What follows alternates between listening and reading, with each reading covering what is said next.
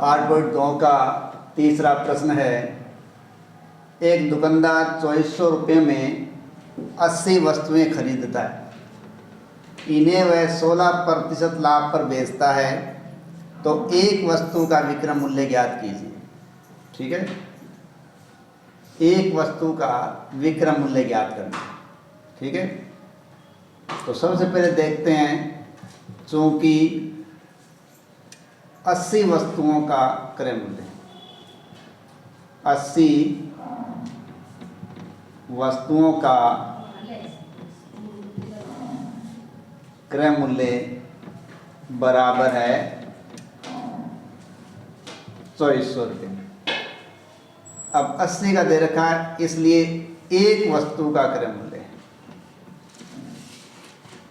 यानी एक वस्तु कितने में खरीदी जाएगी, तो वो हो जाएगा, देखिए 2400 बट्टे 80, 0 से 0 चला जाएगा, 8 3 24 30।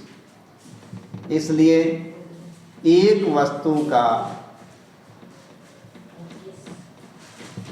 क्रय मूल्य बराबर 30 रुपये। क्रय मूल्य का मतलब वह मूल्य जिस पर कोई वस्तु खरीदी गई है, तो वह मूल्य हमारे पास आ गया 30 रुपये। ठीक है, अब देखो एक ही वस्तु का विक्रय मूल्य पूछा है, तो एक वस्तु का जो क्रय मूल्य 30 रुपये आया है वो हमारे 100% के बराबर हो गया। ठीक है, इसलिए ठीक है, देखिए इसलिए यहाँ 100% बराबर 30, इसलिए 1% बराबर 30 बट्टे 100। ठीक है, यानी एक वस्तु का ही विक्रय मूल्य ज्ञात करना है और हमारे पास एक वस्तु का क्रय मूल्य आ गया। तो एक वस्तु का जो क्रय मूल्य 30 रुपये आया है वो कितने परसेंट के बराबर हो गया, 100% के बराबर। तो 1% किसके बराबर हो जाएगा, 100 का हम 30 के भाग लगा देंगे तो उसके बराबर हो जाएगा। ठीक है, अब देखिए लाभ कितना चाहिए, 16%, इसलिए 116% बराबर 30 बट्टे 100। ठीक है, तो 116 हो जाएगा, इससे गुणा। ठीक है, अब 0 से देखिए ये कट जाएगा और 116 को हम देखिए गुणा करते हैं, 116 3 से गुणा हो जाएगा, 6 3 18, हासिल में 3 एकम 3 रेख 4, 3 एकम 3, नीचे 10 है तो बराबर 348, 10 बराबर 34.80 रुपये। ठीक है, इस प्रकार एक वस्तु का जो विक्रय मूल्य है वो क्या आएगा, 34 रुपये 80 पैसे। ठीक है, इसलिए एक वस्तु का विक्रय मूल्य, ठीक है, बराबर 34.80, 34 रुपये 80 पैसे। यानी हमें ध्यान रखें कि 80 वस्तुएं कितने में खरीदी गई, 2400 रुपये में। तो एक वस्तु खरीदने के लिए हम जानते हैं कि उन्हीं का 80 का 2400 में भाग दिया जाएगा, तो वो एक वस्तु का क्रय मूल्य आ जाएगा। और ये कह रहा है कि एक ही वस्तु का विक्रय मूल्य बताना है। ठीक है, उस पर अपने को लाभ क्या चाहिए, 16%। तो जो एक वस्तु का क्रय मूल्य आया 30 रुपये, वो हमारे पूरे कितने परसेंट के बराबर हो गया, 100% के बराबर।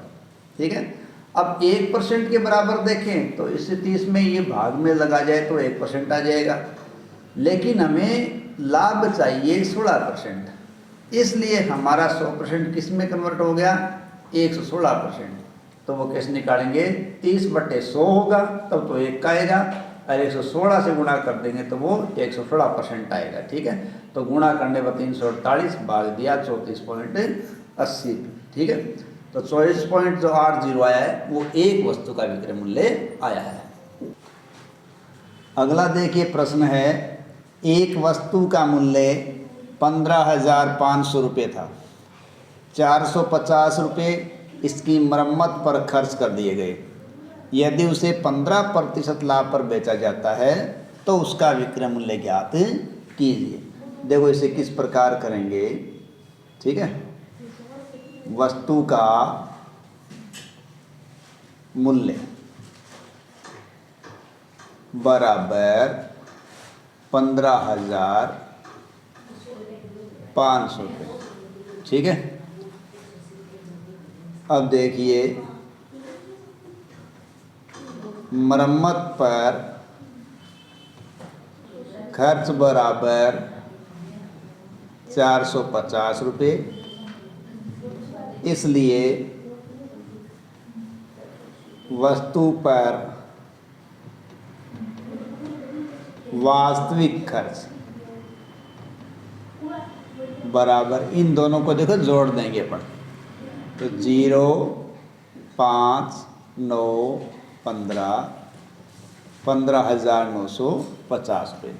देखिए जब भी हम कोई वस्तु खरीदते हैं तो वो होता है उसका क्रय मूल्य, लेकिन हम उस वस्तु जो खरीदे उसको घर लाएं या उसको लाने का किराया चुकाएं या किसी प्रकार की मरम्मत करवाएं तो भी वो सारी वास्तविक खर्च या वास्तविक क्रय मूल्य में शामिल होता है, ठीक है। तो लाई गई वस्तु 15,500 की थी, लेकिन उसकी मरम्मत पर भी ये खर्चा करना पड़ा, अब वो कितने की पड़ी है, वो वास्तविक क्रय मूल्य होता है, ठीक है। तो इस प्रकार वस्तु पर वास्तविक खर्च कितना आ गया, 15,950 रुपये। अब जो 15,950 रुपये हैं वो किसके परसेंट के बराबर हैं, इसलिए 100% बराबर किसके हो गए, 15,950 के बराबर हो गए। इसलिए 1% किसके बराबर होंगे, 15,950 बट्टे 100, ठीक है। तो 100% इसके बराबर हैं, तो 1% निकालेंगे तो 100 का इसमें भाग लगा देंगे, ठीक है। चूँकि लाभ चाहिए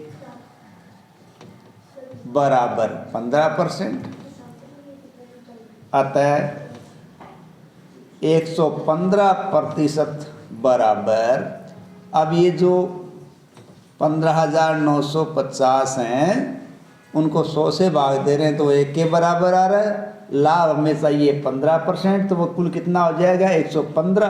तो 115 किसके बराबर होगा, गुणा 115, ये इसके बराबर हो जाएगा, ठीक है।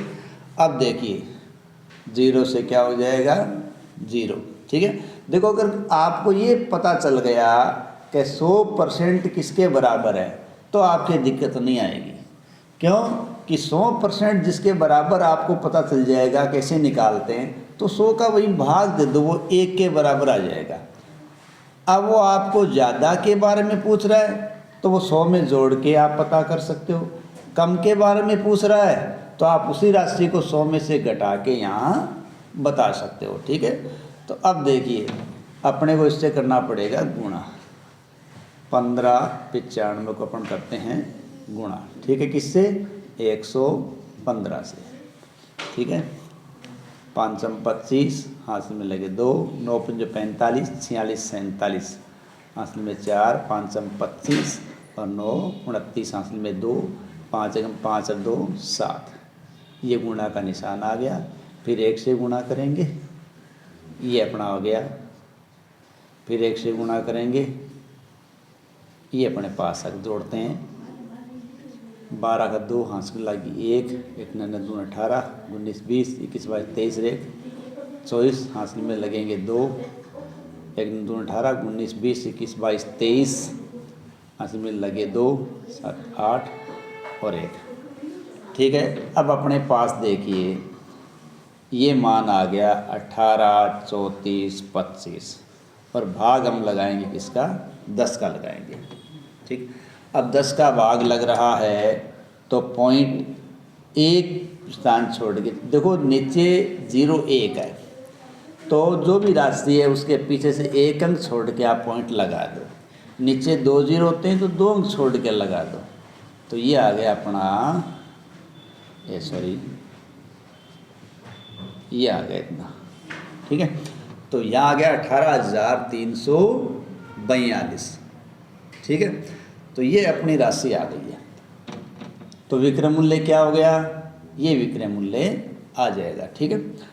तो ये अपना हुआ प्रश्न। देखिए यहाँ थोड़ी सी मैं फिर आपको बता रहा हूँ कि ये चीज़ मैं बार बार आपको बता रहा हूँ कि आपको जब किसी चीज़ का 100% निकालना आ जाता है, ठीक है, तो आपके कोई दिक्कत नहीं रहती, ठीक है।